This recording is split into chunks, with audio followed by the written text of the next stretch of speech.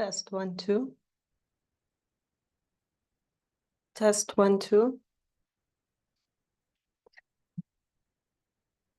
Test 1 2.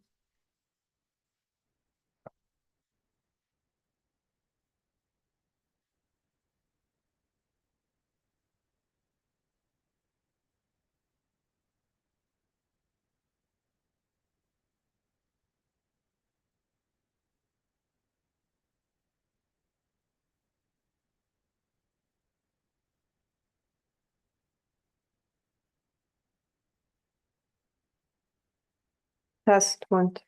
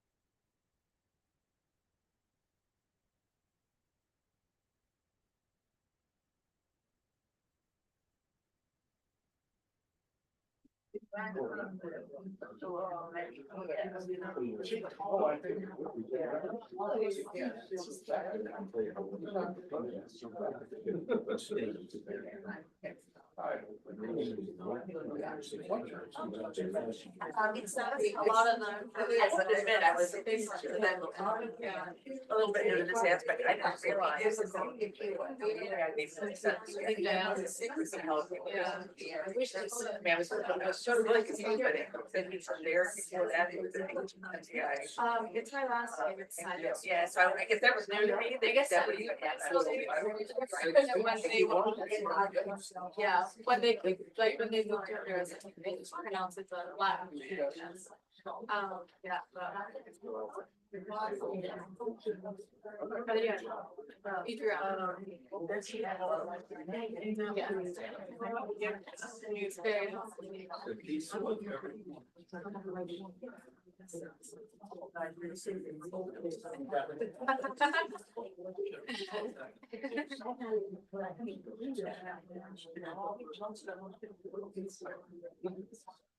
I graduated from Georgetown about a year and a half ago, and I'm working on the right now. I was wondering, so I gotta figure out.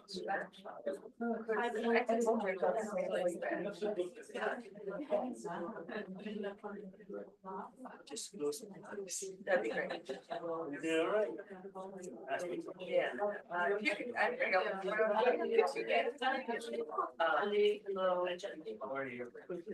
yeah. I bet. Yeah, more than I did. I thought, you know, more than our time. That's what Yeah. Just want to get we're gonna do Thank that you. very quickly, which is why we don't have copies. We'll eat, of course.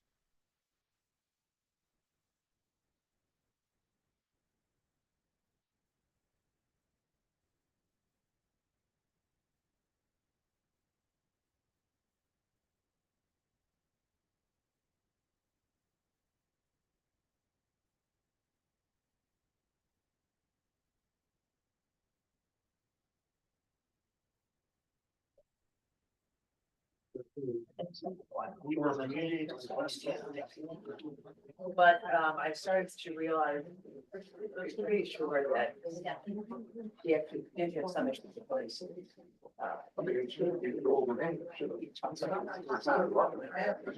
He seems very ticket. He doesn't sound like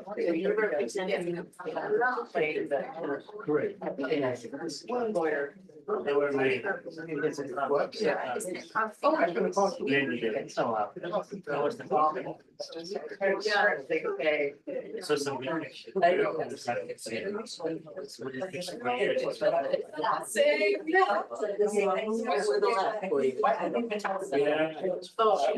I never, I did, I don't know.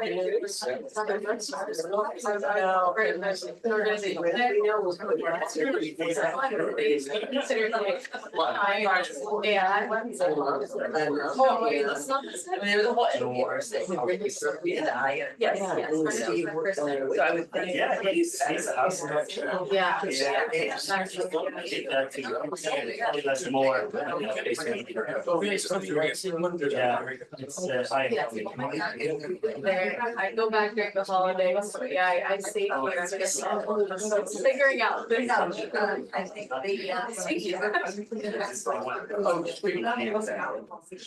You lost it? I did, I can't. yeah. No.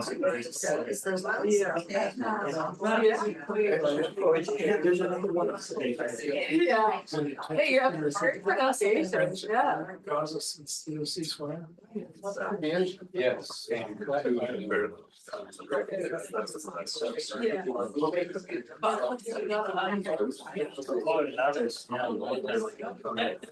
Leila, we have to.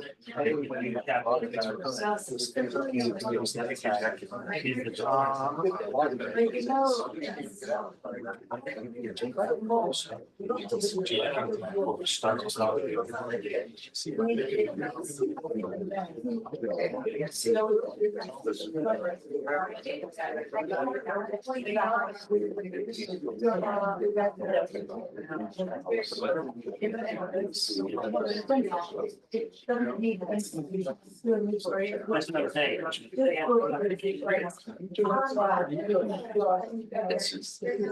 Some of the faces.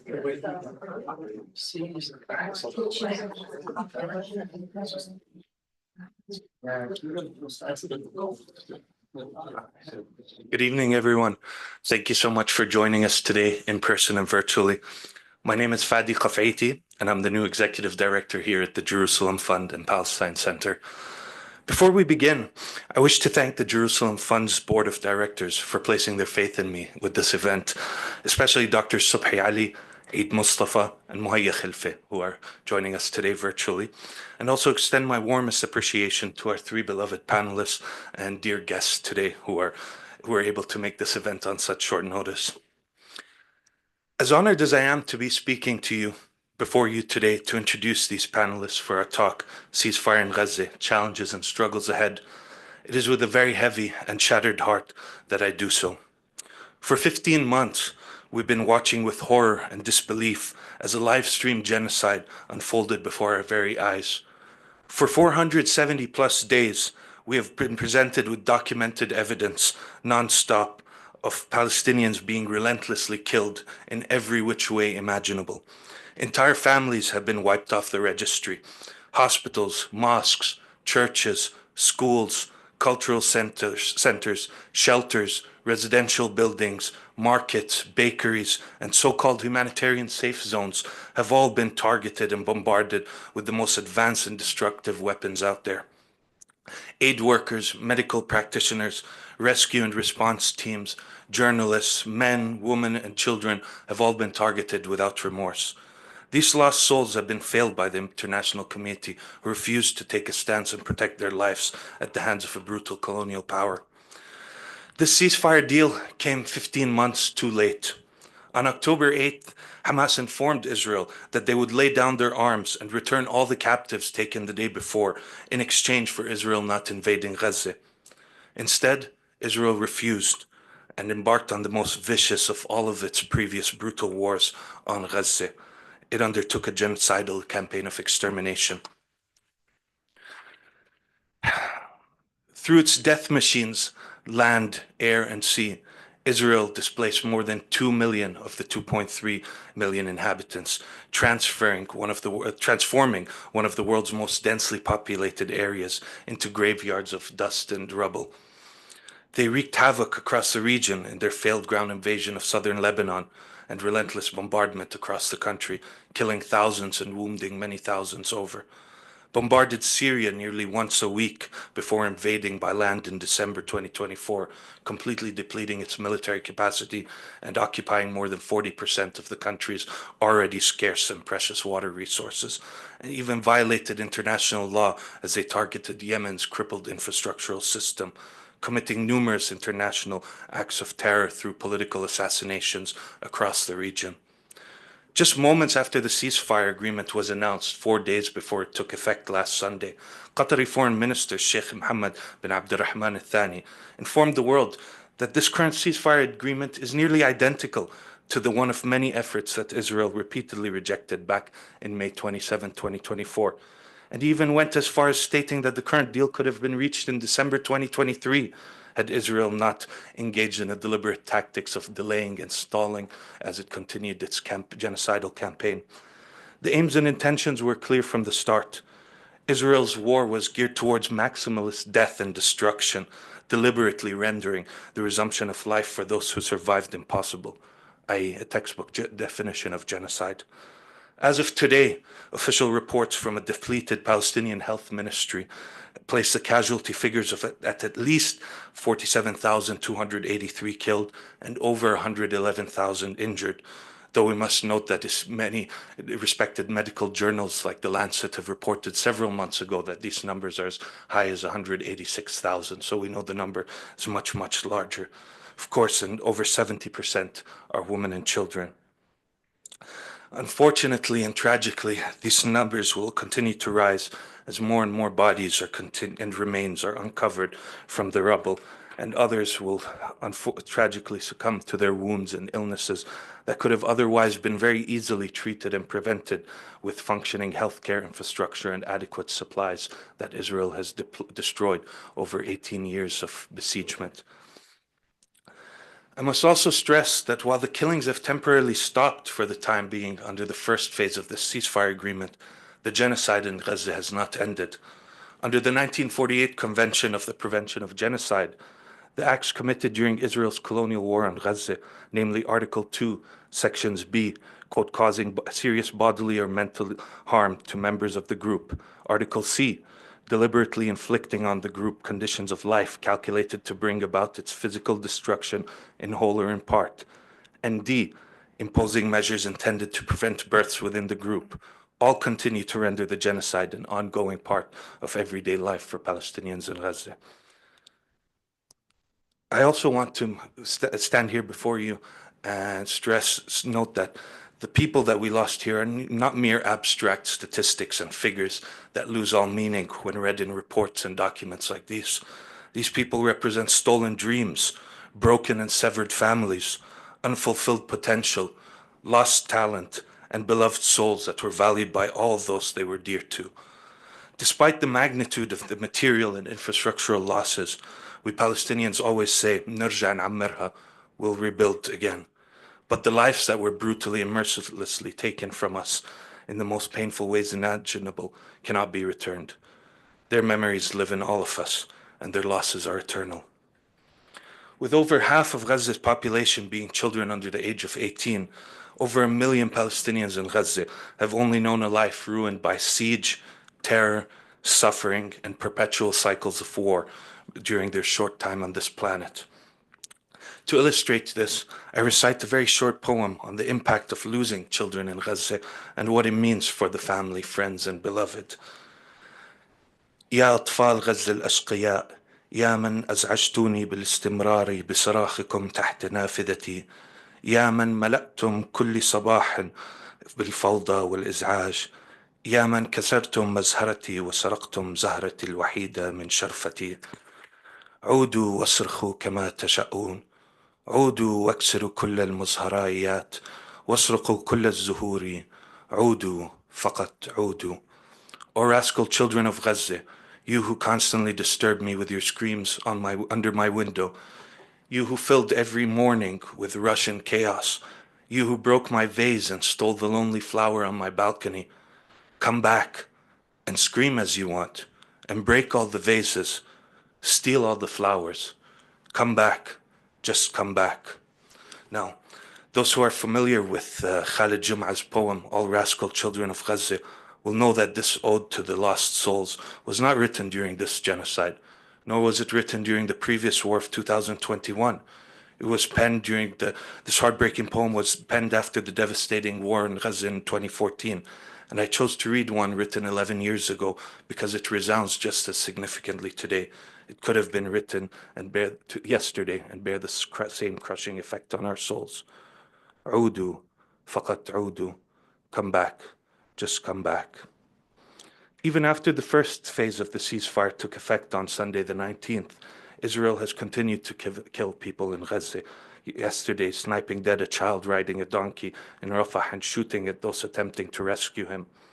The ceasefire violations were to be expected, given the sheer number of times Israel broke the ongoing ceasefire agreement in Lebanon. Displaced and homeless families across the besieged strip continue to struggle to survive in their tents and shelters as they desperately await the much-needed aid and permission from colonial authorities to return to their homes in the second and third stages, most of which lay in ruins. To discuss what the ceasefire in Gaza means for the future of Palestine and to contextualize the struggles and challenges ahead within a broader scope, we're graced today to have three incredible speakers before us. To start the panel, I'd like to introduce Hani Almadhoun, who will be providing a report from the ground on life during the ceasefire, as well as discussions on the struggles Palestinians continue to face and that of his family's efforts to alleviate the suffering through their Gaza soup kitchen, who have touched the hearts of all those who have seen and followed his family's relentless attempts to prevent an engineered campaign of mass starvation in Gaza. Hani Almadhoun is a senior director of philanthropy at UNRWA USA, a US-based charity group supporting Palestinian refugees. Previously, he held leadership roles at ANERA and Muslim Advocates, contributing to advocacy and humanitarian efforts for marginalized communities. Born to a family of educators, Hani's father taught at an UNRWA school, and a scholarship from the LDS Church enabled Hani to earn a master's in public administration and a bachelor's in international studies from Brigham Young University. Based in DC, he's advocated for causes in civil rights, social justice, and humanitarian aid for vulnerable communities in the Middle East. Last year, Hani advocated for Gaza in high-level meetings at the White House and Congress and wrote op-eds for CNN, The Nation, and the LA Times. He co-founded the Gaza Soup Kitchen with his dear and beloved brother Mahmoud to directly support families in Gaza affected by the ongoing crisis. Now, before we begin, I wish to note that all of these speakers today are very dear to our hearts at the Jerusalem Fund and they're part of our family, though Hani has a special place because he used to be one of our team back in the day. It was 2008 to 12, I believe. 13. So without further ado, please join me in welcoming Hani on.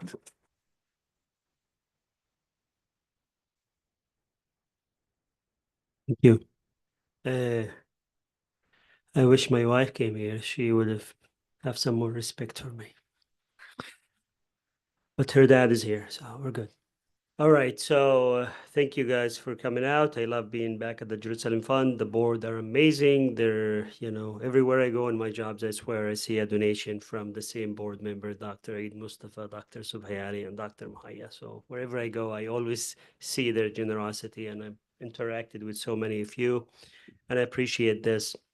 First, before I start, I want to recognize my father-in-law, who's a genocide survivor and who just got out of Gaza about a year ago. And we're lucky to have him. He's visiting the US. So thank you for being here.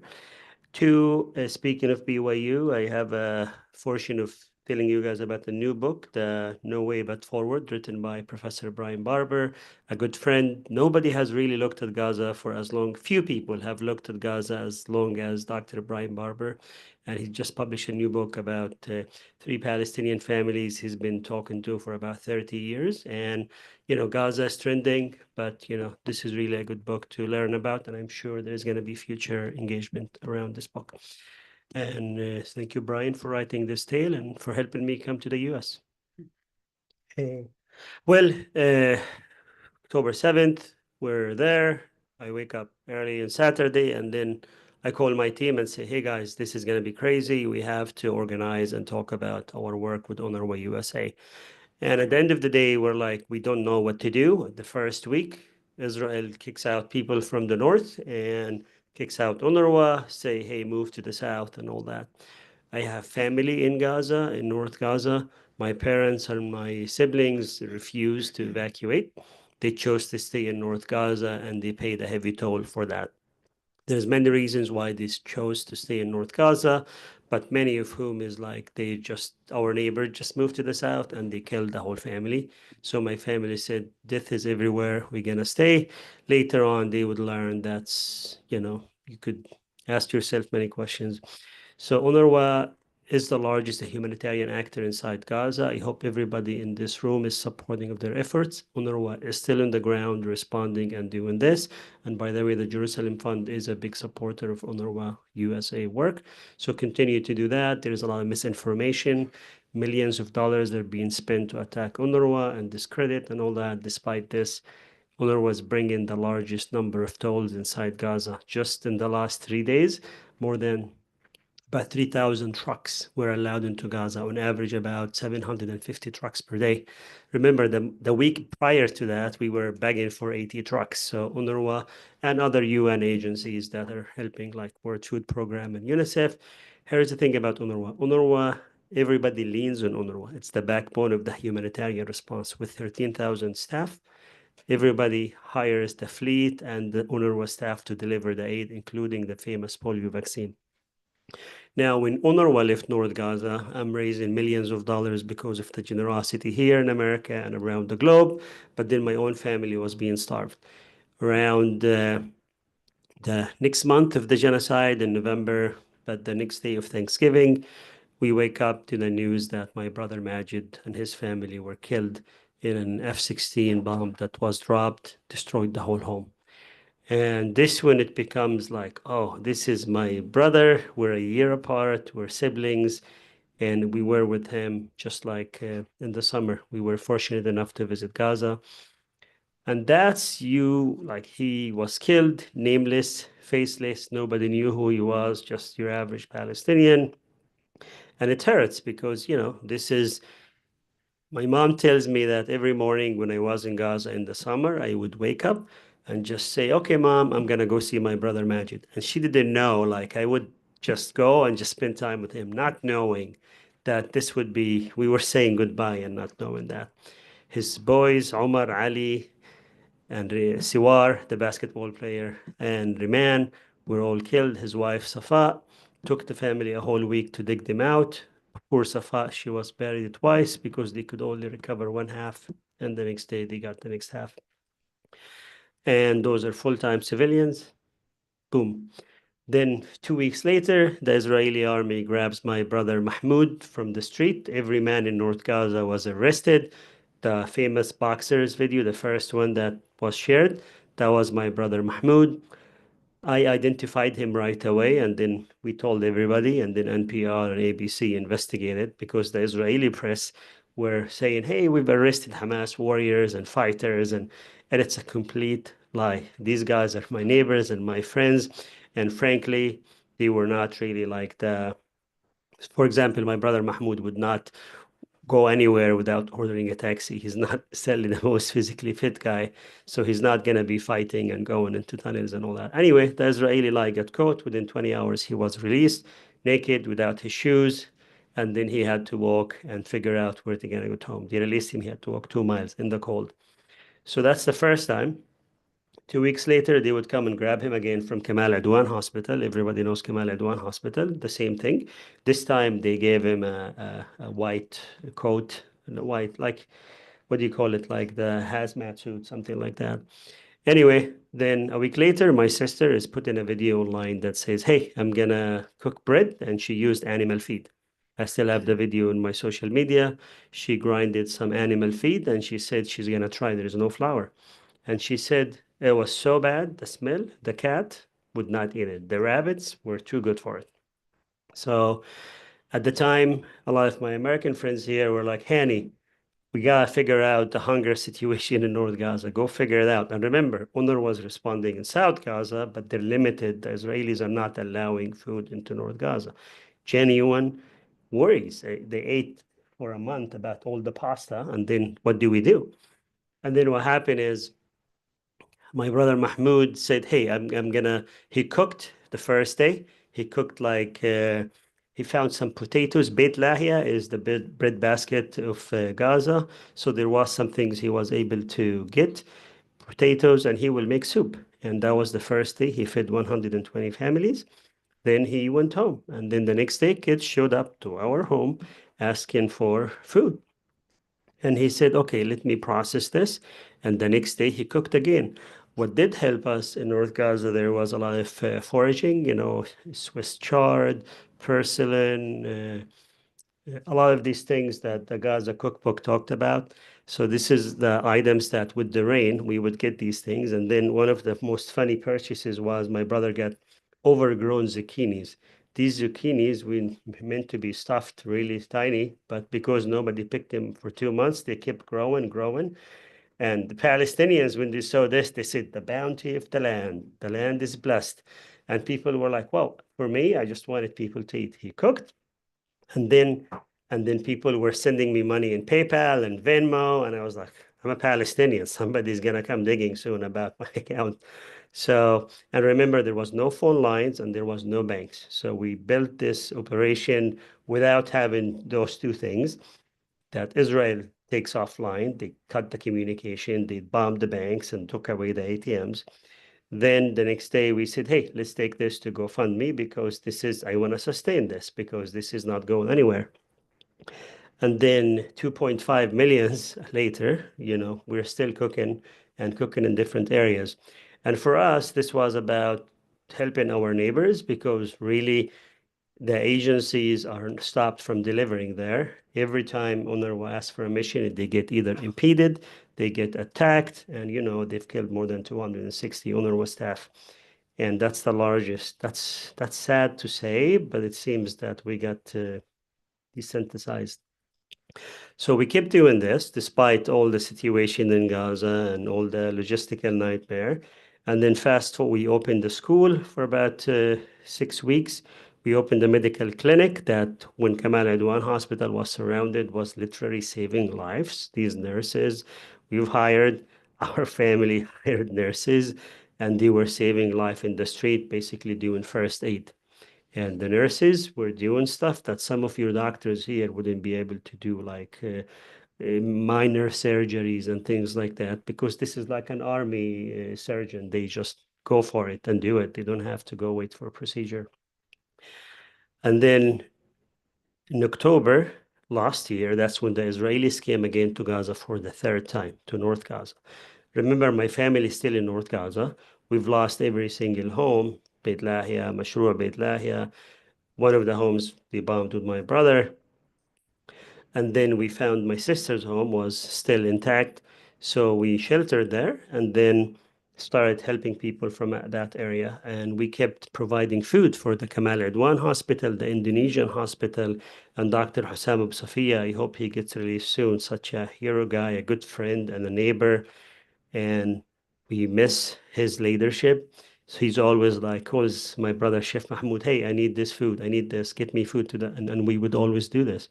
Blankets, all that's like, imagine like my brother can't read or write, but he's helping solve a lot of those problems because he's an entrepreneur. This really what helped our kitchen. We hired people who own business, do know how to secure and source things and manage people, and it grew. We were feeding about 5,000 people a day with a small operation like that. And it meant a lot because people tell us a lot of people stood in the north because they were getting food. And my brother was delivering water. Now, when this military campaign, the last one in October, when the Israelis kicked out the ambulances, the ambulances came to the school we've built and they slept in the school because, and then when the ambulances come, that's where the journalists come because that's where they hear the news. So that's how it became. Then again, the Israelis kicked everybody out. Some of our family moved west. They're still in North Gaza. They're still in North Gaza, but they moved to the area called the Nasser or Sheikh Radwan.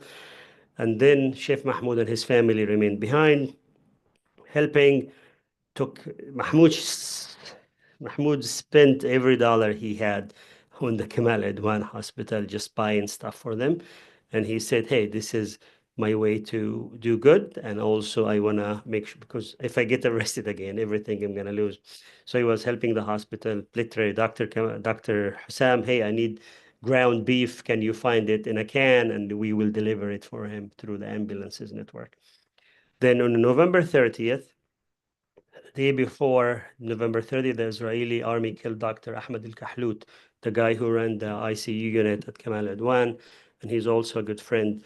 Before he died, he ran into my brother Mahmoud and asked him for a can of tomato paste. That's his biggest favor. Like he wanted tomato paste, and Mahmoud knew how to get these things.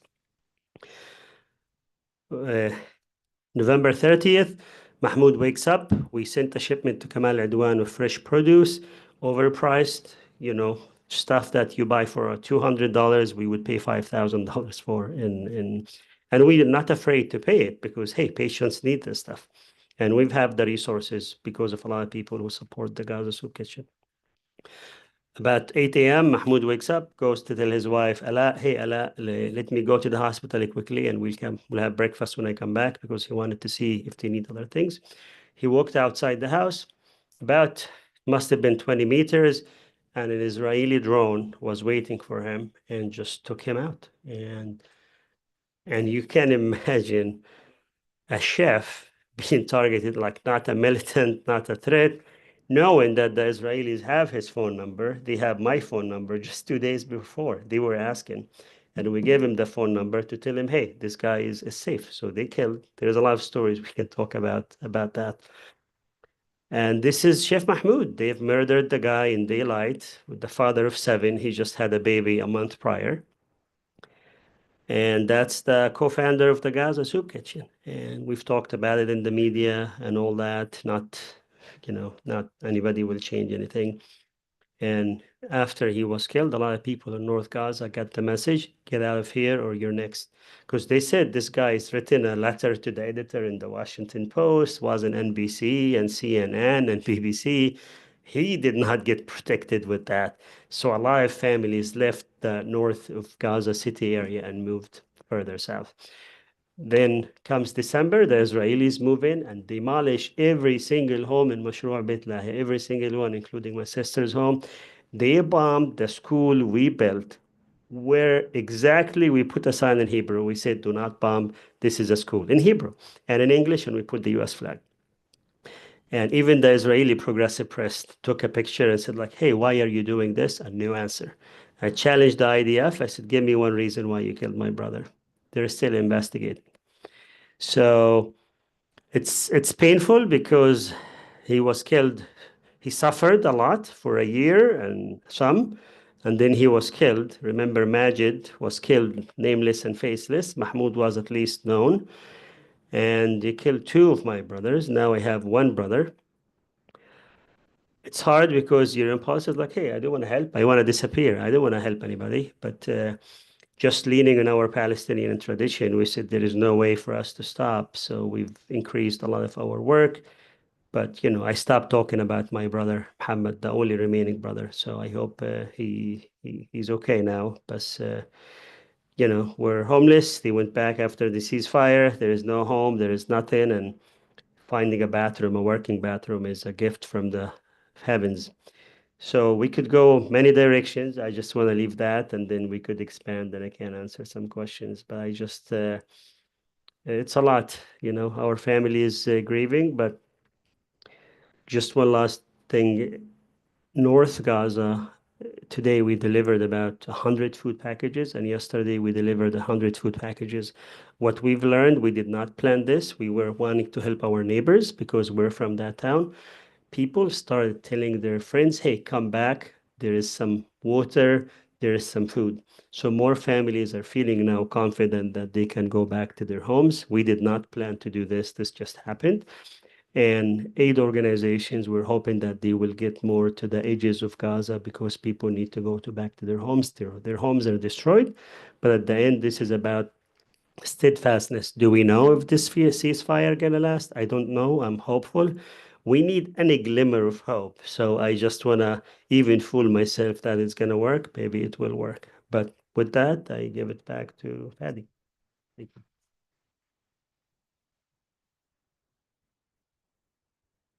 Thank you so much, Hani, for this powerful and moving testimony. And we, on behalf of everyone at the Jerusalem Fund, we wish to express our deepest condolences to the losses and suffering you've experienced, your family and loved ones in Gaza.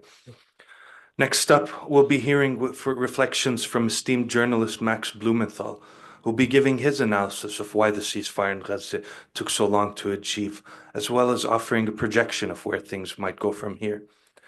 A longtime friend of the Jerusalem Fund as well, Max Blumenthal is the editor-in-chief of The Grey Zone and is an award-winning journalist and author of several books, including the best-selling Republican Gomorrah, Goliath, which we did a book launch several years before, The 51-Day War, and The Management of Savagery. He has produced print articles for an array of publications, many video reports, and several documentaries, again, which we've had the pleasure of hosting here, including Killing Gaza. Blumenthal founded the Grey Zone in 2015 to shine a journalistic light on America's state of perpetual war and its dangerous domestic repercussions. So, once again, please join us in welcoming Max back to the Palestine Center. Thank you, Max. Thank you.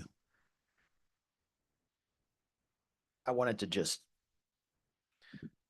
steal Helena's analysis, so I'm kind of nervous, but I think maybe I wasn't sure what to talk about. Maybe it'll be more personal reflections on the last 15 months. You know, it's been very tormenting psychologically, I'm sure, for all of you. And many of you obviously closer to it than I am. Before I get started, though, yeah, Brian Barber's book, I can't wait to read, No Way But Forward. And I blurbed Understanding Hamas and Why That Matters by Helena. And this is, you know, one of the most censored books in America. And I really recommend it. It's one of the handful of really good books that's come out after October 7th, or since October 7th. I wasn't able to produce a book of my own. Wrote one on the 2014 assault on Gaza. I always saw my books kind of as like kids because I was childless at the time, you know, childless member of the laptop class. But, you know, soon after my last book, The Management of Savagery, I had a kid, and that really, I wouldn't say it changed my perspective, but it made the impact of what took place in Gaza much more powerful for me, much more searing. And I needed to have some kind of closure to that. And I was able to get closure by confronting one of the authors of this Holocaust of children, Tony Blinken, who offended me. I'm sure offended you all, but particularly offended me when I saw him dress up on Halloween 2023. He dressed his children up, one of his children up as Zelensky, kind of appropriately begging Joe Biden for stuff at the White House Halloween ceremony, begging him for goodies. He got candy instead of weapons and AI technology. But you know, what did he think of all the children that he was simultaneously exterminating, and how would he be held accountable? Because on that same day, Tony Blinken went before the Senate. On that same day, the Senate Foreign Relations Committee, and was asked, why are you not working for a ceasefire? Because at that point, Israel had already destroyed much of Gaza City, the north of Gaza, and was moving south. And there was slaughter all across the Gaza Strip already at that point. And he claimed that what we're dealing with in Hamas are people who have mutilated families on October 7th in front of their children and then cut. And he referred to a specific incident of Hamas militants cutting children apart while they're after killing their parents in the next room, then having lunch in the dining room. And this was a fake hoax story cooked up by Yossi Landau from the ultra-Orthodox quote-unquote rescue organization, Zaka, which was then spun out by Netanyahu's office and the US media in order to create space for Israel to be able to commit genocide, to be able to target civilians, to be able to kill chefs and aid workers. And Blinken lied in order to prevent a ceasefire. And then in the next breath, he said, Israel needs to be able to do more to attack Hamas in other words, to prevent October 7th from happening again. Prior to that, on October 12th, I went to the State Department briefing room for the first time. My colleague Liam Cosgrove, who made some really important interventions there, told me how to get in and what to do. And I went in there and I saw Sam Husseini sitting there. This is 5 days after October 7th. Israel was they destroyed the Rimal neighborhood, which I knew so well in Gaza City. They destroyed my friend and journalistic colleague, Shadi Abdul Rahman's house, who I'd worked with in Gaza, blew it up. So I wanted to, and no one in the press was challenging what was happening. And I saw Sam and he said, don't sit near me, get away from me. If you're near me, they will not call on you. And I said, actually, what they're doing, what I've been noticing they've been doing to you is they call on the guys, or maybe Sam said this, they call on the person sitting right next to you in order to kind of make you feel left out. So I'm going to sit right next to you. So I sat next to Sam and Matthew Miller, who had later become known as Smirkula, for his condescending, smirking attitude towards any dissent, called on me, and I was able to ask my first and last dissenting question of Matthew Miller, where I presented the litany of statements expressing genocidal intent by top Israeli leaders, including Benjamin Netanyahu. And I said, what are you going to do about this? And he started basically shouting at me, telling me like what I was saying was absolutely inappropriate and out of line. Sam interjected and he said, so baby killing is not a problem. You have no problem with baby killing, bombing babies. And Matthew Miller just lost it on Sam. So I was never going to get called on after that point. I would go into the briefing room only when the other guy, Vedant Patel, would be up there, because I could like actually kind of like force my way in, and he would respond to force much more than Matthew Miller. Like I would interject and he'd let me keep going and then answer my question. So I got in a few more questions after that. But my point is that when Sam Husseini attempted to ask his question of Tony Blinken, in the final press briefing of Tony Blinken told him, respect the process, which was so, you could write a book or do a documentary called Respect the Process about Tony Blinken's State Department, obviously rich with irony. But we had respected the process up until that point, and we had been boycotted and blacklisted by Matthew Miller, who functioned kind of like Bartok to Rasputin, with Blinken as Rasputin. And it was when Sam tried to get in a question out of turn to Blinken, because he knew he would never be called on, Matthew Miller then summoned 3 cops to physically remove him and basically physically muzzle him, which obviously blew up in their faces. But for me as well, I knew there was never going to be any opportunity for me to ask a question of Tony Blinken. And there were many questions that other reporters would not ask him. And the entire way the briefing room functioned was completely controlled. And it wasn't just controlled through force or coercion. It was controlled through collaboration and the collusion of the Washington press corps. Now, for those of you who don't know, the State Department briefing rooms divided up into 2 sections. In the first 2 sections, and I wish Saeed Arakat were here, he was the only reporter in the bullpen who was consistently asking really tough questions. And it's called the bullpen. It's the first 2 sections, reserved for the legacy press, the credentialed media, the ones who actually know that they could face serious penalties with their employers if they go too far. Except for Saeed, because he works for a Palestinian news service. And they all get offices, which are basically, they get cubicles, which are basically paid for by the US government, which is kind of a form of collusion, in a room just down the hallway. It's like, the State Department press room, and everybody hangs out in there. And I went to the final press briefing of Matthew Miller the day the ceasefire was announced. This is the day before Blinken's press conference, and there was some buzz. Blinken might be showing up. What's going to happen? And I said, I'm going to behave myself. I'm going to respect the process because Blinken might show up at any point. And I'd been playing out in my mind for months as I woke up every day and watched and just opened my phone and saw images of shredded children, how I would confront Tony Blinken and what I would ask him. So Matthew Miller really provoked me with what he was saying, because he gave his analysis of the ceasefire. In every instance, Hamas was obstructing the ceasefire. In every instance, it was Hamas that refused to negotiate. They were the obstructionists. They were the rejectionists. The same mantra that we had heard from all previous administrations about the peace process that began with Madrid and Oslo. The Palestinians walked away from a fantastic deal. And we all knew this was not the case. I mean, you only needed to pay cursory attention to know that it was the Biden administration that was preventing a ceasefire. Just look at Linda Thomas Greenfield and her notorious single raised hand at the UN Security Council voting down ceasefire resolutions.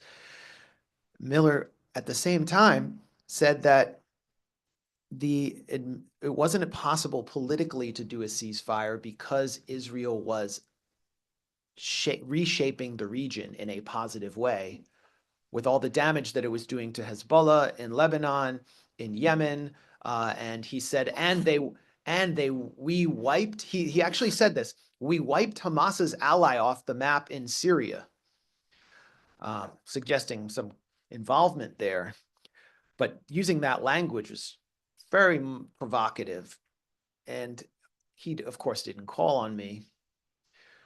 And then I learned that Matthew Miller went to drinks with pretty much most of the people in that room at a bar called Circa afterwards, just confirming to me how people were willfully managing themselves to prevent accountability that was richly deserved, not just by these specific figures, but by the State Department as an institution, which was so toxic by that point and so uniquely involved in facilitating what I consider the Holocaust of our times, but what the International Court of Justice has ruled plausibly is a genocide.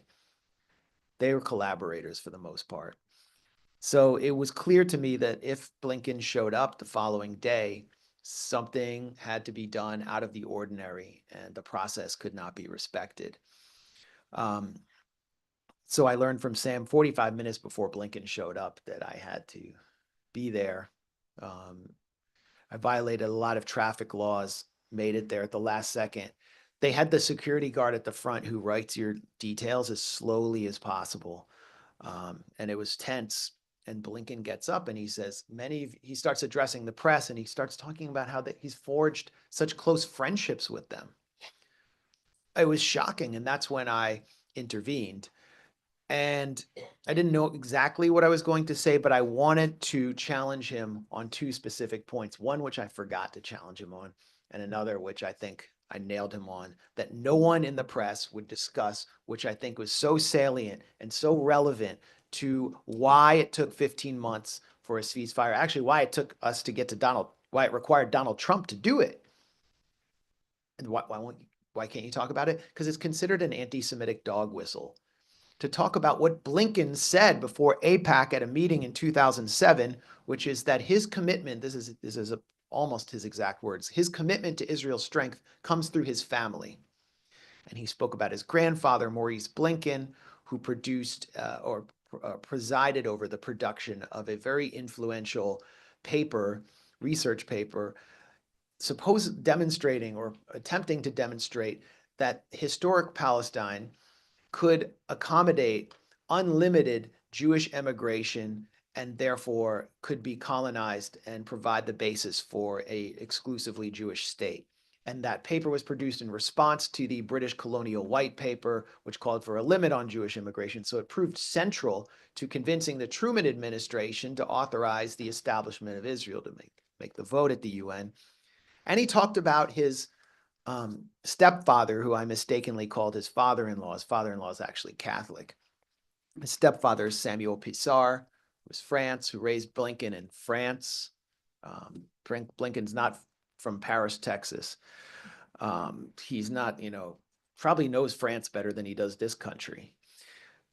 And his stepfather was the Jewish fixer for Francois Mitterrand. He was very pro-Israel, leader of the pro-Israel community in France, and was a close, also operative and fixer working with the English businessman who was a Mossad agent, Robert Maxwell, the father of Ghislaine Maxwell, the girlfriend of purported Mossad agent Jeffrey Epstein. The last person that Robert Maxwell called before he fell off his yacht mysteriously in the Mediterranean was Samuel Pissarr.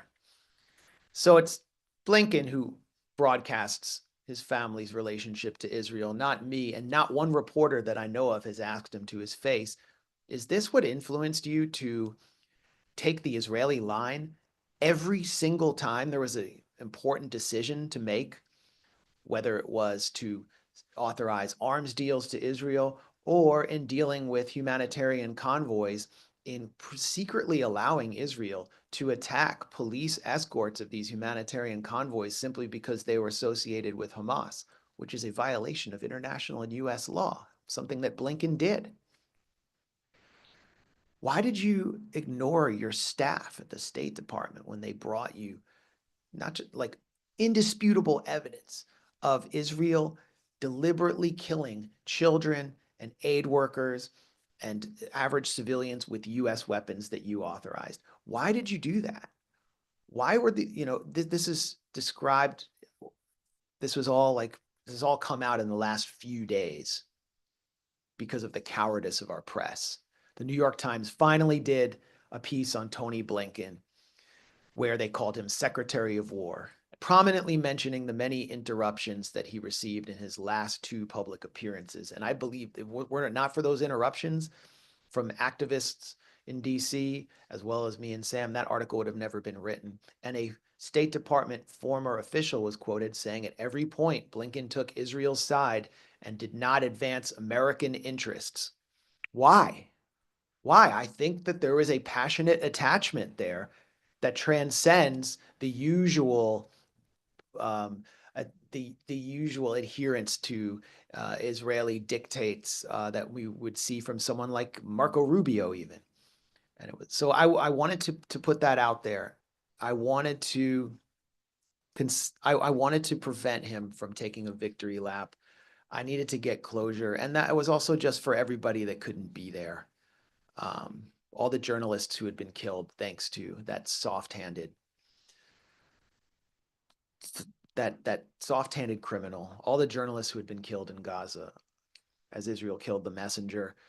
I felt the responsibility to do it for them because they couldn't be in that room. And for all of you who didn't have credentials, because I just felt like it was speaking on behalf of so many people. And that was the message I received afterwards from people that I knew 20 years ago who I hadn't heard from, who have nothing to do with politics, who saw this, to the president of Colombia, Gustavo Petro, who reached out to me to thank me. And what it says is that the policy, the Biden administration's policy on Gaza had become globally detestable, and that even the mainstream in the United States was disgusted with it. And never before have we had a Secretary of State in my lifetime so closely identified with such a criminal policy. There will not be accountability, I don't believe, at The Hague for someone like Tony Blinken. We have nuclear weapons. We have a Storm the Hague law. But preventing someone from being able to peacefully walk down the street is a form of accountability too. And that might be the best thing that we can do for now. I think I could talk more about the ceasefire during Q&A and leave some of the analysis or much of the analysis to Helena for now. But we would not be here. I do not believe we would be here if it were not for Donald Trump. And it feels kind of crazy to say that, but Ian Bremmer, someone who's pretty much on the other side of me on every piece of geopolitical analysis, who really represents the transatlanticist imperialist point of view, said that his takeaway from Davos was that there would not be a ceasefire if Kamala Harris had won. And so I think that also is a tribute to the activist community that refused to fall for the gaslighting and the psychological trickery and bamboozling and hoodwinking of the Democratic Party. And Donald Trump saw that. It was purely opportunistic for Donald Trump. However, that does not mean that Palestinians in historic Palestine are safe from Israeli violence. Donald Trump has clearly handed the Israeli military the West Bank and given them a free hand to, especially in the north, where they're mounting a major campaign named after the essay by Zev Jabotinsky that really is the ideological lodestar for Benjamin Netanyahu and Israel's ruling Likud party. The Iron Wall, Operation Iron Wall, to crush Palestinian resistance in the north. Trump's, in one of his first actions, has reversed sanctions on a handful of fanatical, violent settlers that were sanctioned, some of the few people that were sanctioned under Blinken. Remember, he remediated the Netzah Yehuda battalion of religious nationalists and ultra-Orthodox, very violent soldiers after some backdoor negotiation with Netanyahu. They were all sentenced to 2 weeks of like human rights training before being sent back in the field to slaughter. But he did this handful of settlers, and the message that Trump is sending is the settlers in the West Bank, the religious nationalist movement, you know, you may not have gotten your settlements in the north of Gaza that you wanted. You know, the north of Gaza, people are going to be able to go home for now, but we're going to give you the West Bank. And so the war continues through other means. The West Bank is being Gazified before our eyes. We're seeing Israel use F-16s, F-15s in the West Bank. So the work here continues.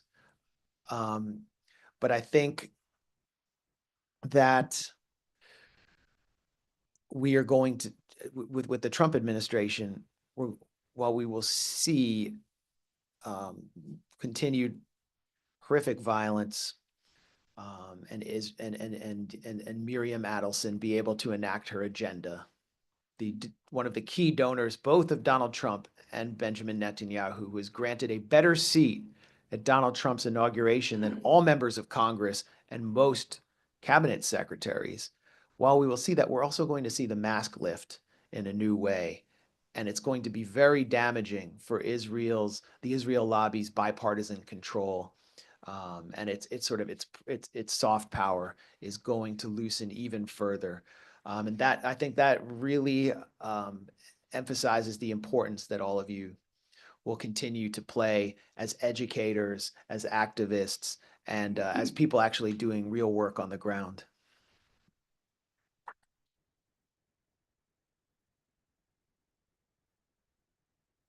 Thank you very much, Max, for your reflections and also for being one of the very few journalists in the United States here who are taking the mantra of journalism and holding politicians accountable for their acts, speeches, and doings.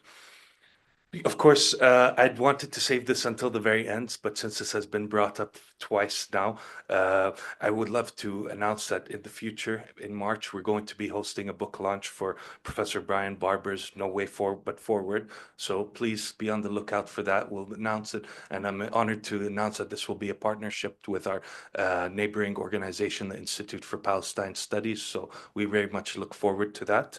And lastly, I'd love to introduce to you today Professor Helena Cobban, who will offer some reflections on the wider geopolitical context surrounding the ceasefire, as well as Israel's regional war of aggression in the region and the implications that this deal has had for the Arab world and beyond. Now, Professor Helena is going to show us, present a copy of her new book, and we hope in the future to do a book launch for her. But we're also most fortunate to have another dear friend of the Palestine Center who's been involved with us here for at least 25 years that I'm aware of. So we're so grateful and honored to have you again. Helena Cobban is a writer and researcher on international affairs who lives in Washington, D.C.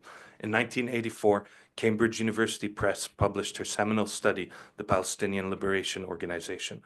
3 of her 6 other sole-authored books dealt with the political and strategic developments in the Arab-Israeli theater, the rest with more global matters. For 17 years, she contributed a regular column on global issues to the Christian Science Monitor and Al Hayat in London.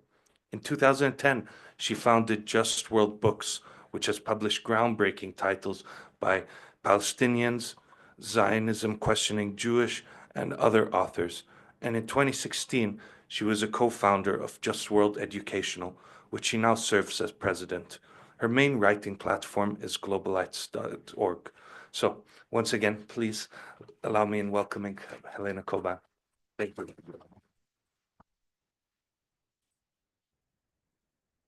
Thank you, Fadi, and congratulations on taking over here at this venerable Washington, D.C. institution. I'm looking forward to seeing it blossom under your leadership because your voice is sorely needed here. And it's nice to be so close to the State Department, no? It means that Saeed Arakat can come. He should be here today. But I'm really deeply moved to be sitting here with Hani Almadhoun and with Max Blumenthal and with all of you who've turned out today and all of you online. I have no idea how many people are online, but it's a lovely audience here. So I've obviously done a lot of work on the ongoing genocide in Gaza for the last 15 months, writing about it. Actually, my writing platform is called Globalities. It's a little unusual as a name. And then working with my friend Rami Khouri and with other people to produce this book, which has a lovely blue blurb on the front cover from Max Blumenthal. So obviously it's a good book, right? Yes. And it's been such a wrenching emotional experience. I've done regular episodes of our Palcast podcast with my good friend, Dr. Yusuf Al-Jamal, who's a Gaza Palestinian, and he's brought on to our podcast so many people from Gaza, some of them still in Gaza, but some of them in Gaza's very extensive and extremely talented diaspora. I mean, really, you know, you can tell the quality of the stress that Gaza Palestinians put on education when you see what they achieve both inside Gaza and worldwide. And a lot of that is due to UNRWA. Just needs saying, you know, because UNRWA has kept alive that sense of Palestinianness, that sense of focus on rights and on community. So when we got the ceasefire on Sunday, was, as we know, the result of an unbelievably long and unnecessary negotiation that could, as the foreign minister of Qatar said, could have been concluded 13 months earlier. So that is 13 months of ongoing genocide that was enabled and encouraged and participated in by our government using our tax dollars.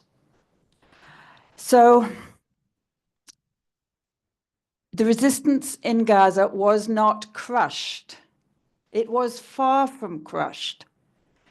Do you remember how many times they told us that we have to eliminate Hamas, we have to destroy it? And oh, by the way, we've destroyed 12 battalions in the north, or 3 battalions in the middle, and it's just like the Vietnam War, and giving your kill ratios. But Hamas is smart, dedicated. As far as I can see from looking at the videos that John Elmer shares every week on Electronic Intifada, they are extremely ethical in the way that they fight. One of the things John Elmer makes a point of noting is that, when you've got your small Hamas, and this is not just Hamas fighting in Gaza, obviously, it's also the other resistance organizations that are all part of the Joint Operations Room.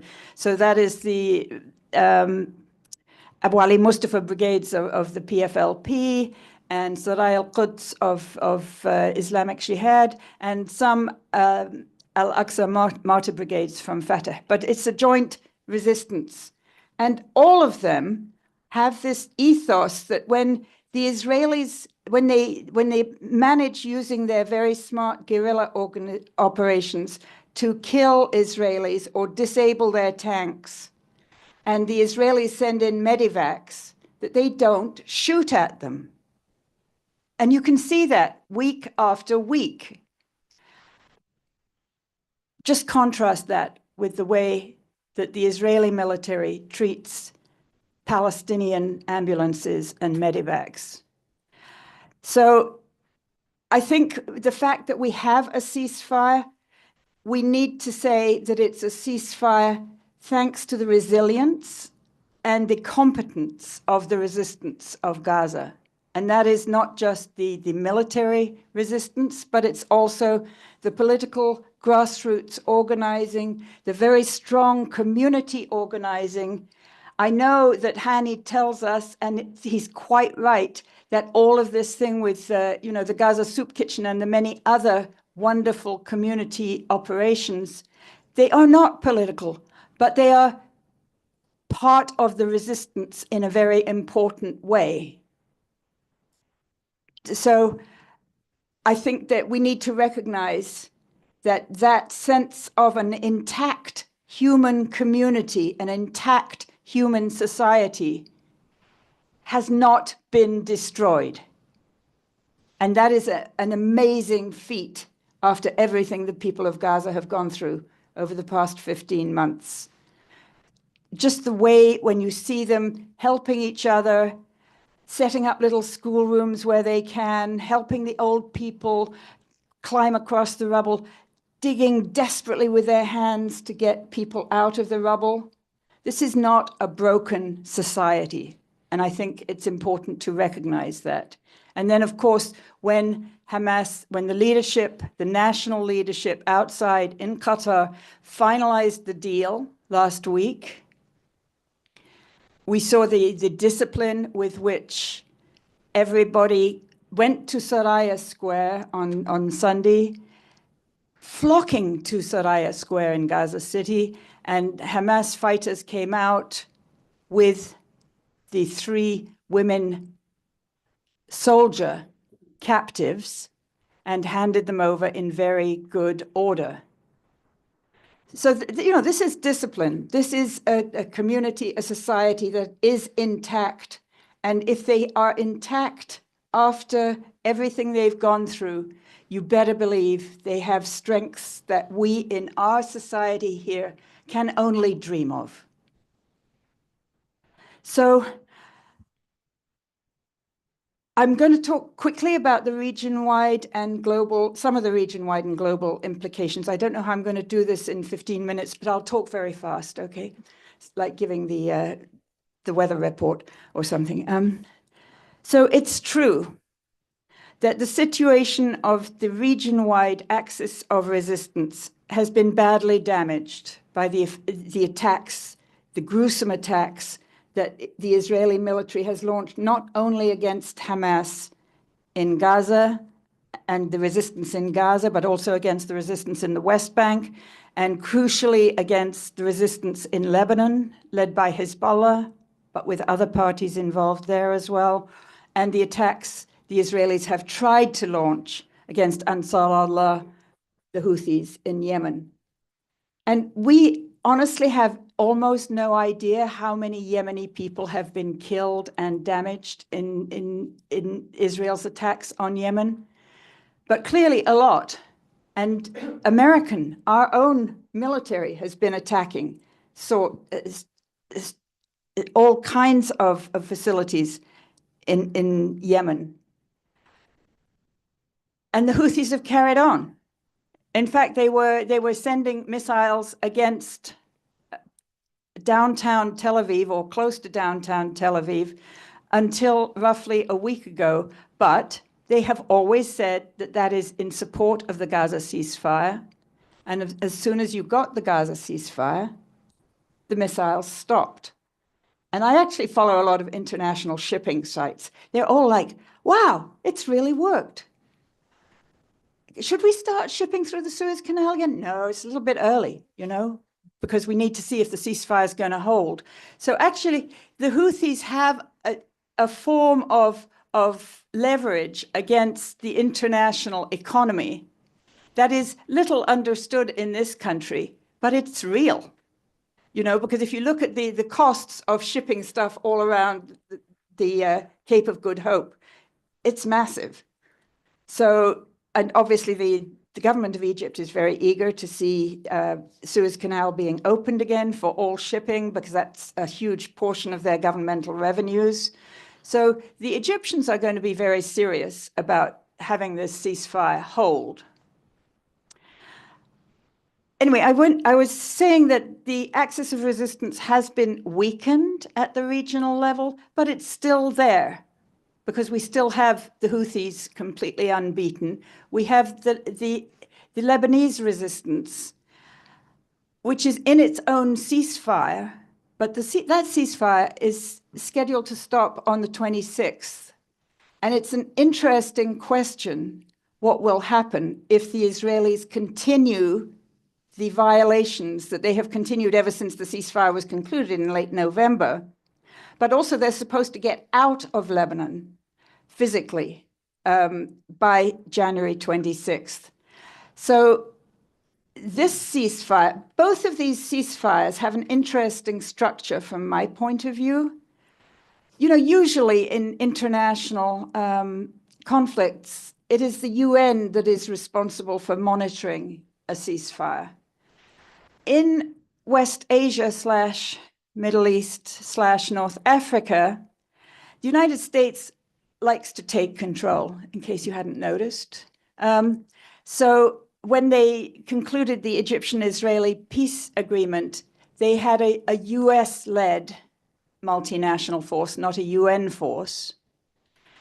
In Lebanon, there is a UN force, UNIFIL, and in Gaza and Palestine, there is a sort of a UN thing called UNTSO, which has some truce supervision responsibilities.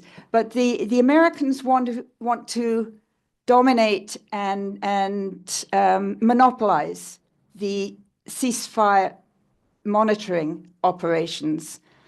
So in Lebanon, they put in this thing called a monitoring mechanism alongside the UN force UNIFIL, and the monitoring mechanism is the US and France.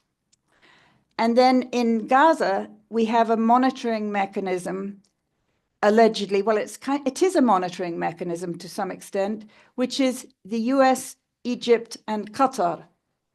So in both of those setups, you have a US-led monitoring mechanism that also includes close US allies. And you know, in case you didn't know that Qatar is a close US ally, they are actually the hosts to the biggest US military base in the whole of West Asia, the Al Ubaid base. Qatar is a very politically interesting, strategically interesting place. Let's just leave it at that. So we can definitely expect that Israeli violations of these two ceasefires will continue, both in Lebanon and in Gaza. So then what happens to Washington's relationship with, on the one hand, France in Lebanon? Are they going to have disagreements about how we deal with the Israeli violations after January 26th? And in the case of Gaza, as the violations continue, will the United States have problems with Qatar and Egypt? We don't know. There are so many unknowns. But I think that, you know, that it's good to look at those specific kind of relationships in a context in which, especially, Donald Trump has just fired just about everybody in the State Department who knows anything about West Asia, which may not be the worst thing given the kind of people that Biden had in there and Blinken, and the fact that, you know, some very, very good people felt they had no choice except to resign from the State Department under Blinken. And I think it's really interesting what Max was saying about Trump possibly being, we can't say better than Biden on Palestine, different, definitely. And one of the fascinating things, first of all, it's clear that it was Trump's guy, Steve Witkoff, who nailed the ceasefire. That Blinken and Brett McGurk were very eager not to nail down for the last 13 months. I don't know why Steve Witkoff did it. I'm sure that he and Trump, I mean, Trump must have agreed that he would do it, because perhaps Trump would see it as a little bit politically risky thing to do. But we've got this initial 6-week period during which the terms of the follow-on 6-week period will be negotiated. And it will be fascinating to see what happens. I have a suspicion that Trump may want to, at some gut level, withdraw from the whole of the East Atlantic, Eurasia field. I mean, I don't think he cares very much about the Europeans. I think he will do a deal on Ukraine fairly soon. And it may be that he doesn't actually care that much about Miriam Adelson now that, you know, he's not going to be running for re-election again. Why does he need her money? Who knows? There are indeed so many unknowns here. Just before I go on, I want to note that the West Bank is a serious issue, obviously, we all know, this Gazification of Jenin. And I hope that here in the Palestine Center, there will be a lot more focus on what's happening in the West Bank as well as in Gaza. But just looking at the global effects of everything that's happened in the past 15 months, I think it's indisputable that this live-streamed genocide in Gaza has spoken to people worldwide in a way that nothing the Palestinians have done as far as I know, has ever spoken so powerfully, so directly to a global public. The live stream aspect of this is so painful for everybody in this room, but it's also a wake-up call to people who have not paid attention to Israel, to Zionism, to settler colonialism and its long history. I mean, actually what the Israelis have been doing in Gaza is not that different from what George Washington's, at one point, favorite general, Mad Anthony Wayne, did against the Native Americans in the Ohio Valley. But Mad Anthony Wayne did not take, you know, webcams and have his people live stream what they were doing to the Native Americans I mean, I have no idea these gleeful Israeli genocidaires who share their atrocities as though it's some kind of a drinking game. You know, they're doing it for their buddies back home, or as a way to get some kind of like hot sexual encounter with an adoring woman back home. I don't know why they share this stuff. The Nazis had some degree of shame, modesty, or secrecy by building large walls around their concentration camps. And here are these current genocidaires broadcasting their actions to the whole world. And the whole world is seeing it.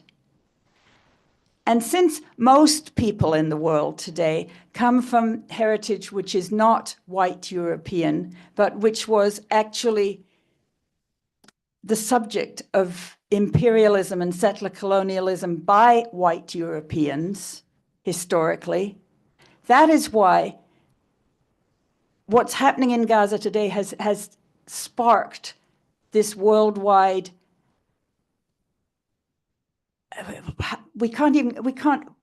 I don't have a word for it. Intifada is not right because it's not a unified thing, but it's just a sense of horror and solidarity with the Palestinians. I mean, I do have this publishing company that publishes these wonderful books by Gaza Palestinian authors. I'm getting like offers from publishers in Japan, in Pakistan, in Colombia. They want to buy the rights to our books. They want to learn. I mean, it's a most amazing time for Gaza and Palestine to be able to speak to the world, and it's changing the world. Even if this ceasefire fails, and I hope it doesn't, the resilience and resistance of the Gaza people has changed the world already. But I think it will, I'm hoping if it does succeed, this ceasefire will lead not just to a cessation of the immediate hostilities, but to rolling back the occupation of Gaza and rolling back the settler colonial project in Palestine in general. So Gaza has always been the crucible for the Palestinian rights movement. It was the crucible in 1948 and 49, right after the Nakba, during the Nakba. It's the place that contains, it's the place in Palestine that contains the highest population of refugee Palestinians. And it still does. So I'm not sure how I'm going to bring this to a close, except to say that there are both huge challenges, and we know the challenges. We know the challenges, but I think there are opportunities. And one of the opportunities is with the rebuilding project. This rebuilding project cannot be like the last 5, since 2009, 2012, 2014, 2000, whatever. On all of those previous occasions, the Israelis would mow the lawn, as they said. They would destroy large chunks of things in Gaza and in the West Bank. And then there would be a ceasefire, and then the rebuilding would take place under the control of the Israelis, because Gaza is a captive economy as well as a captive society. So the rebuilding would all be done by trucking stuff in through Israel, using Israeli subcontractors and trucking companies and customs clearance people. It was a massive profit center for huge sections of the Israeli economy. It's kind of the classical Keynesian scheme. You destroy Gaza and then you rebuild Gaza. So you make money going in and you make money going out. What's not to like? This time it has to be different. This time the international community has to say, Israel cannot control the rebuilding of these mausoleums, these human remains mixed with rubble, mixed with children's toys. Israel did this. Israel cannot control the undoing of it. So that's one of the things that I think is an opportunity for the global majority. And I think that as many of us in this country as can press for, essentially what I'm saying is the end of Israel's control of Gaza, the end of Israel's occupation of Gaza, and then the progressive rolling back of the settler colonial project. Let's hope it starts.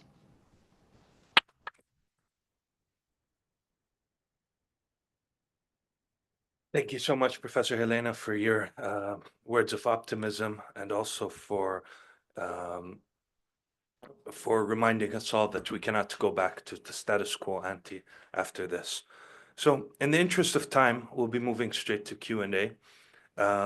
We have our wonderful intern in the back who has a microphone. Should anybody wish to ask a question, please raise your hand. We'll be taking, should we take like 2 or 3 questions at a time? Is everyone okay with that? In groups, and then at the end we'll hopefully have a question or 2 from our live streamed audience, so we thank you so much for joining. And by the way, our beloved Saeed Erakat couldn't be with us today for a brief family situation, but we miss you and hope you're watching us today. He would have otherwise moderated the Q&A, which we would have loved to, but we know that he'll be with us in all of our other events. So yeah, without further ado, please keep your questions short to allow as many guests as possible the opportunity to ask, and well, thank you.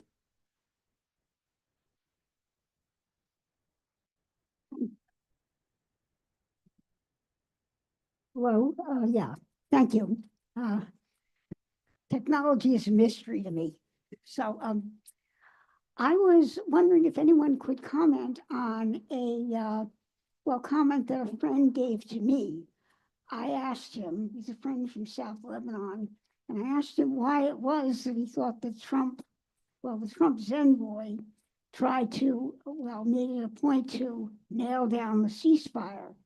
And he said that the reason he thought that that had happened was that basically Trump wanted to get back to resuscitating the Abraham Accords, which of course did not stop October the 7th, but that he apparently hopes can be revitalized.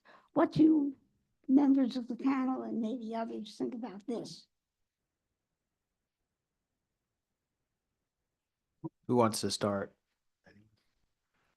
Well, that's the ultimate objective for any administration. And that's why one major reason why October 7th happened was the Abraham Accords. The way they're structured is to disappear the Palestinians from history and the Palestinian struggle through a peace of the rich with these retrograde Gulf monarchies making peace without any consent of their population with Israel. And then the US administration tells the world, we made peace between the Jews and the Arabs and it's all over. Everybody's happy. Who are these crazy people in Gaza who are getting all mad? They're just trying to ruin our party. They're against peace. And Jared Kushner and the Trump gang will tap into the sovereign wealth funds of the UAE, Saudi Arabia. Qatar was obviously opposed to this because they were left out. They have their own objectives. It was launched by the Trump administration. Blinken and Jake Sullivan were pushing this. That's why Jake Sullivan said we've had the quietest Middle East ever in a week before October 7th. And that's where they're heading.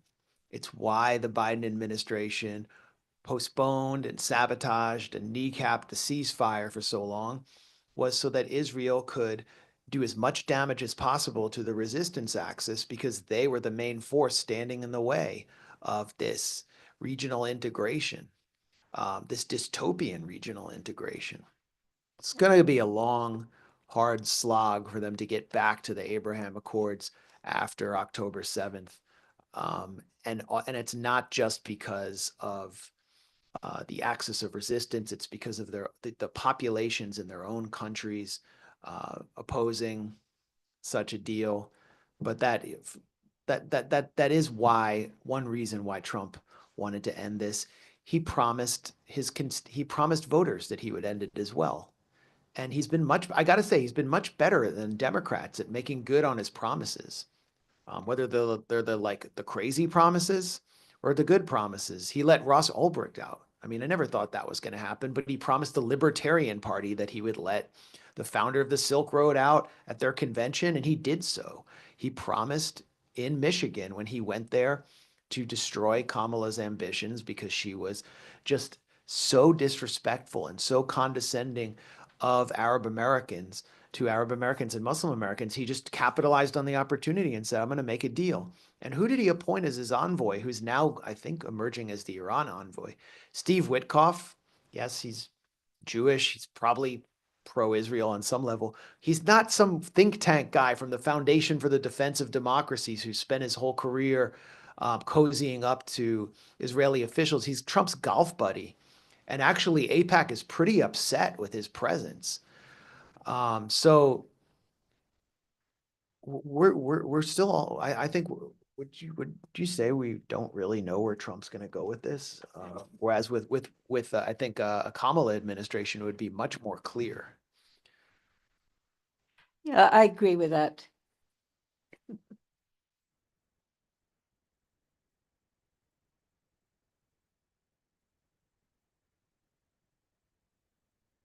Do you think there's any doubt that Israel is going to annex the West Bank in the coming few years? Hani? I think Israel is going to annex the West Bank. I'm just not sure what Israel will be or how long such a move will last. I mean, we do have pushback, major pushback from the United Nations and from the International Court of Justice. Now, I know all of these are like big, airy-fairy institutions, but there's some serious forces in the world that still hang on to international law. And of course, Trump can support all kinds of things, like he supported the annexation of Jerusalem and of the Golan. And Biden did nothing to rescind either of those completely illegal acts, which he could have done on day one, should have done on day one. So what difference does it make to international law that, you know, country X annexes a part of another country? It does make a difference. And there are new forces in the world, the global majority, that will come together and protect the sovereign inviolability of countries. But it's going to take time. I mean, unfortunately, I had hoped that the Gaza shock to the international system would have rallied the other powers in the international system much faster than it has, because one of my like historical analogies that I was going with from growing up in England during the 1950s was how, you know, when the British and French and Israelis invaded Egypt with the goal of overthrowing Nasser, that Dwight Eisenhower immediately struck back, not in military ways, but by pulling the plug on the British pound. And he forced Anthony Eden and Guy Mollet in France to back down very speedily.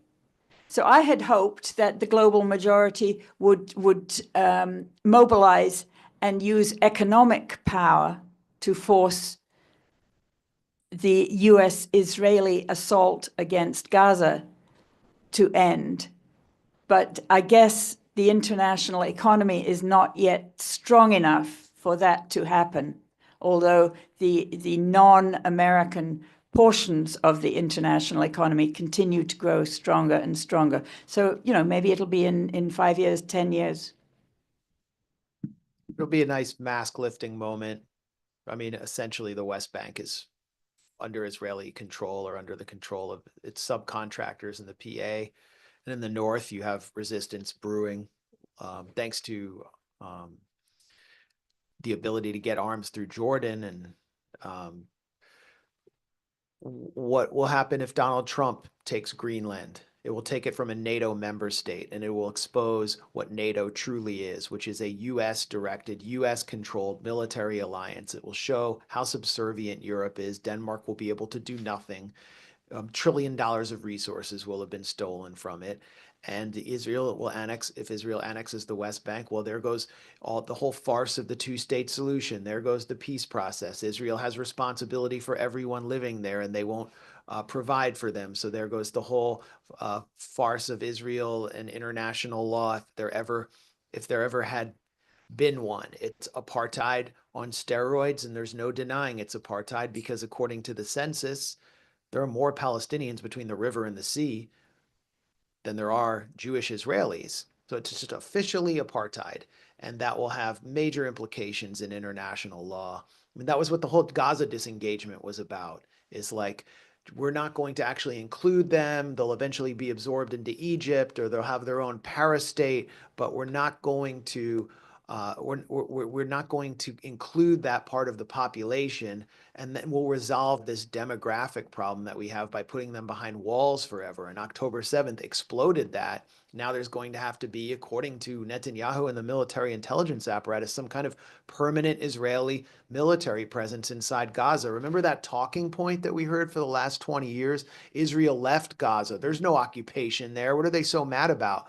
Well, that's gone because they want to be in the Philadelphia corridor, and they have this de facto military base cutting Gaza, the north from the rest of Gaza, the Netzarim corridor, and now they're moving American security contractors into there, according to the New York Times, to prevent Palestinians returning home from the displacement camps to the north from bringing weapons with them. So they're going to have American mercenaries rousting Palestinians and taking their biometric data.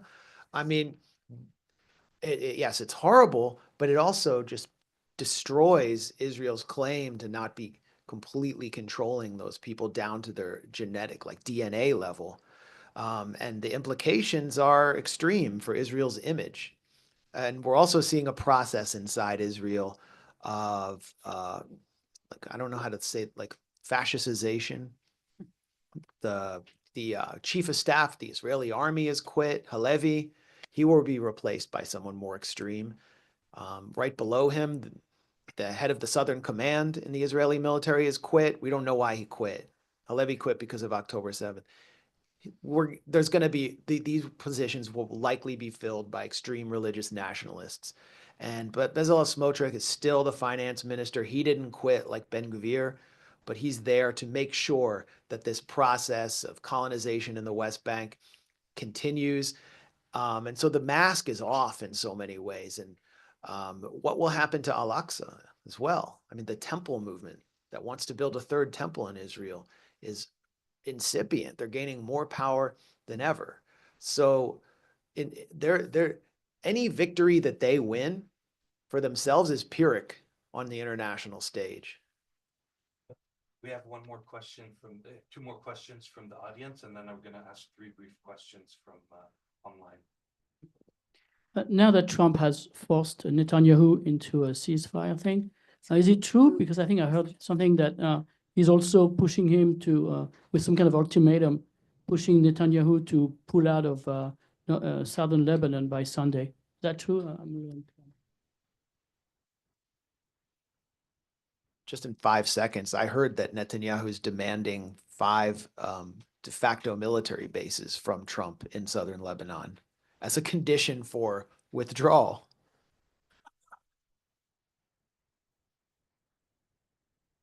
Yeah, I had a question for Hani. If you could talk a little bit more about the mental health situation for children, specifically like what organizations that have existed before the ceasefire, and if there's any talk about something within UNRWA to address child mental health. Yeah, that's a big issue. Obviously, all of us adults been traumatized watching the news. Imagine the kids inside Gaza. It's real. There are a lot more, mental issues that are at play. Unfortunately, there is some stigma going on, but this is such a large scale that people are getting some support. I know that UNRWA, for example, is making that a priority. That's why they launched the Back to Learning, which is basically a program for kids to be together. They're not supposed to say back to school because the schools are gone. So they're doing a lot with that, the mental health counseling. In fact, in addition to the children, there is also mental health counseling for families where, gender-based violence. There is, you could understand the pressure and the tension causes that, but it's a big program of UNRWA's. In fact, the reason why we do the Gaza 5Ks around the country, the UNRWA USA, is because we support mental health counseling. But to be frank, the priority is to get people food. You got people who don't have food and water, but I know there is smaller initiative to do like a little playground here, playground there, but you can't, drone is flying 24/7 and all that, bombs, and it's a lot. And the trauma of not going to school for about second year now, it's a problem. There is a lot of compound issues. Obviously, there was a lot more mental health counseling, but the better good news about this is you don't need a truck to bring mental health help, right? So the counselors are there.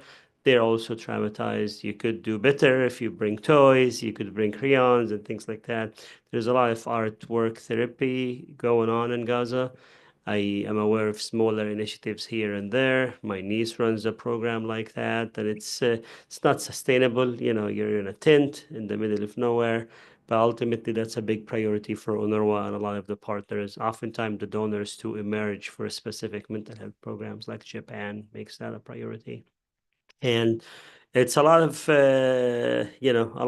steps to do. But meanwhile, we want to make sure kids have food and medicine. That's the top thing. You've got so many amputees. There's a lot of things we're unpacking. Imagine my nieces, Chef Mahmoud's kids, they're wondering about like, hey, when is my dad gonna come back? They're kids, they're 4 years old. And she said, oh, they said he's buried. They say, oh, can we get like, there is a lot of things that people are still processing through. Even my mom, I don't think she's the same, they have not got good nutrition in a while. They just had chicken for the first time in 15 months. So a lot of that we're unpacking, and there's going to be tension too within Gaza. There's dynamics of who's to blame. Israel did this, but let's talk about what would the future look like. So there's a lot of passion. We have a Palestinian group in the US for Palestinian Americans, and often there is these debates about X, Y, and Z, and it's just mostly entrenched in the political side. Whereas when we think that, as Palestinians, we have to really offer support, and that's really what grounded me personally. I would have been just losing my over over the life in Gaza had I not been. Every morning I get pictures of kids. Some of you know Hamoudi. You know Hamoudi from Instagram. So a lot of kids were trying to do these things, and some of them don't have shoes, and it's a lot. But stay tuned. There's a lot more updates on that. But for now, I'm hopeful that kids will be alive for as long as it takes, and we're not out of the danger zone. People gonna go back on Sunday. Guess what they're gonna find in their homes? Some wires and bombs and things like that. And UNRWA was really doing an education campaign around like, hey, do not touch, and also the Palestinian Civil Defense Force. So yeah, I hope that gives you some clues. Thanks. Very briefly, because we don't want to keep you here for much longer. We have three small questions from our members of the audience online. The first one, to the speakers, is there truth to what's been reported that Netanyahu was given promises or commitments to come to terms with the ceasefire agreement? The second one is, could one of the panelists please speak to the role of the PA in the post-ceasefire era? And lastly, the third question is, the reconstruction of Gaza will be the biggest from any of the past wars. Who do you think will govern Gaza and oversee this process? Can I take a couple of quick ones quickly? Yeah. So as a Palestinian from Gaza, I feel the PA let us down in the sense that they could have. I was begging people in the PA to show up in Rafah, to show up in Gaza, to show some empathy, or for the Palestinians who are like, we're supposed to be led by these people. And no little luck. Maybe we've gotten the Minister of Health to go, and that's because she's a woman and she managed to do this. The other guys wouldn't go. And they're just been very unhelpful. And obviously, there is a lot of criticism on the other side, but that's one. It doesn't seem a lot of people are taking the PA seriously. Obviously, this is my personal view. Even in conversations, they were asked to present a plan for Gaza post genocide, and it wasn't impressive. It was short in details. So it's unfortunate who's unclear. Just about the next day, the collective of Palestinian Americans put together a proposal, and we'll share it out in the media maybe tomorrow, about sort of a vision from within Palestinians who are not really ideologue, who are not like Fatah, Hamas. So hopefully that will start the conversation. It has really some good ideas, new ideas, old ones, but at the end of the day, this is moves us away from the PA and Hamas and all these things. Hopefully we'll circulate that soon and start the conversation. But we are definitely, there is no shortage of leaders, but not very good ones at this point. So thanks. Yeah, I'm really interested to hear about the planning from your Palestinian American group. What's the name of the group so I can follow? I'll send it to you. Are we Okay. WhatsApp? We'll circulate it. I just wanted to get more people to endorse it. No, that's wonderful, Yeah. because I mean, I think one thing that a lot of people in the West don't know or don't remember or don't understand is that Palestinians actually know a lot about urban planning, architecture, like basic infrastructure. Who do you think actually built most of those city states down in the Gulf? it was actually Palestinians and some Egyptians. So you have, you know, in your amazing human resource base, all the capabilities. You just need obviously some formula for bringing it all together and rebuilding Gaza. But it has to be thought of, I think, in a number of different phases. The most immediate one is shelter. Like, you know, are they actually getting tents and large tents and what are they getting in?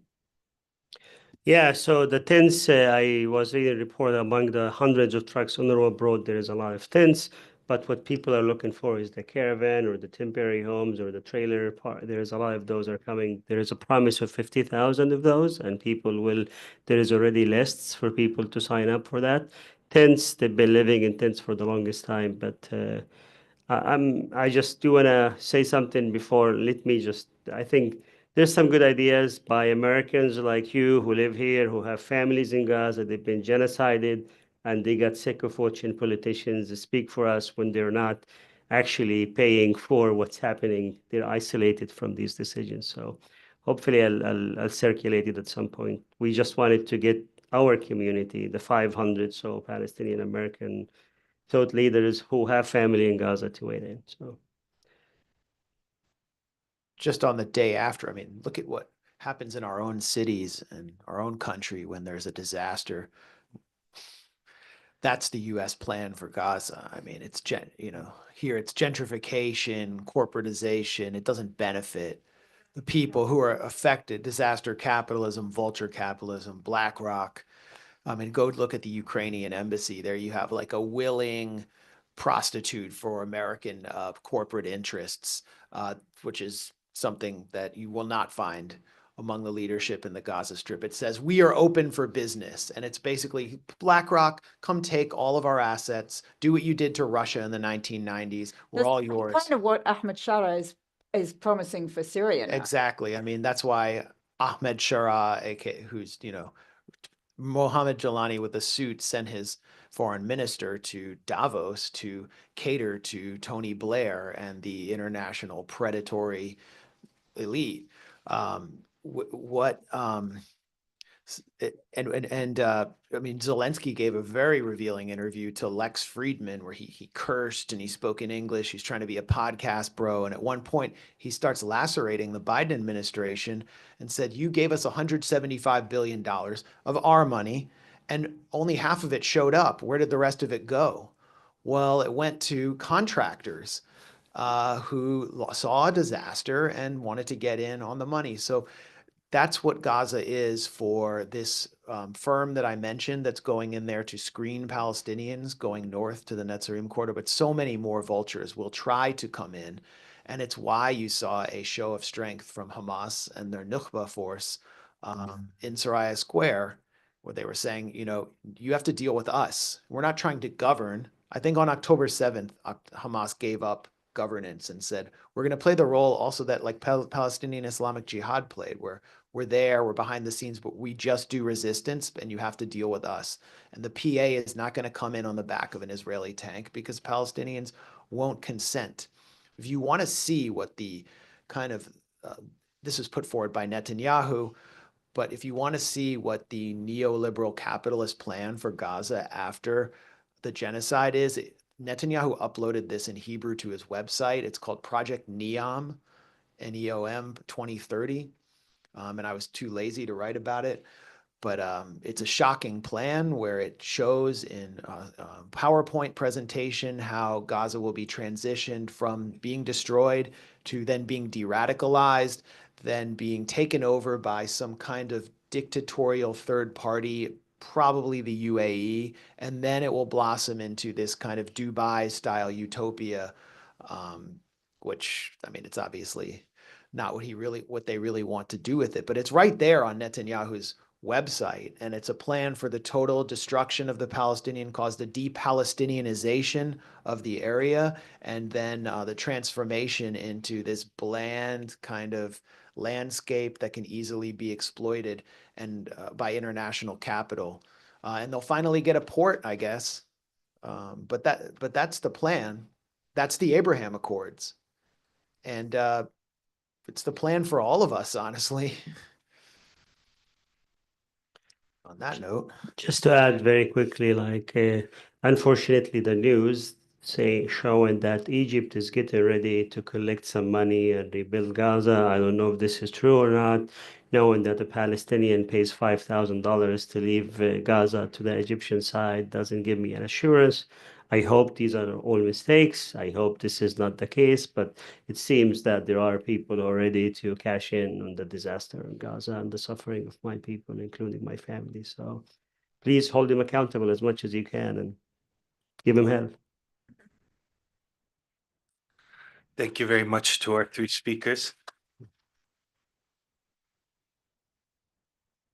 No, I'm going to give a much abridged closing remarks. I won't be reading it all, but I wanted to just note that while the first phase of the ceasefire holds, our thoughts and hearts go out to our brothers and sisters and family in Jenin and the rest of the West Bank who are facing siege, systematic attacks, and increasing settler violence. I wanted to just reiterate and affirm to us all that we're not here united in suffering and victimhood, but in resilience and solidarity. Over the last 15 months, we've seen global changes unreversible for the Palestinian cause. It has been brought back from the back burner to the main political discussion in every circle of political halls across the world.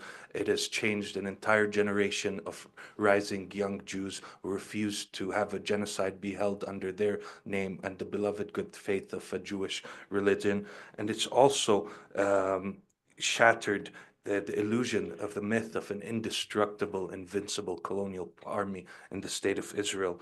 So with that, I'll say that, with all the backings of all the largest imperial powers and forces in the world, the Palestinians still stay on their lands. The state of Israel has failed to eliminate and exterminate and will never be able to do so in any part of historic Palestine. So with that, I remain optimistic for the future for our peoples. Before we close, I just want to announce that in the coming months, we have a lot of wonderful events and programmings here at the Jerusalem Fund, and we'll be relaunching our Gallery al-Quds in the coming months after Ramadan, so please stay tuned. Of course, we announced Professor Brian Barber's book launch, and we hope to do one for Helena Cobban as well. And for our dear guests in person, we have books at sale at front. We have a promotion, buy one, get one 50% off. We take cash and credit card. And for those who carry checks too. And at the very last thing, I want to give my heartfelt gratitude to my esteemed panelists, as well as my appreciation to my team, my Deputy Director, Dunad Abbas, who's behind the scenes operating the virtual scene, our Finance and Operations Manager, Tariq Nasser, and our wonderful interns, especially Laith Malhis, who've been my backbone these past few weeks and who've made my work a joy and a pleasure as I've settled into this new position. So one more time, please join me in thanking our wonderful panelists, and thank you all for joining us today.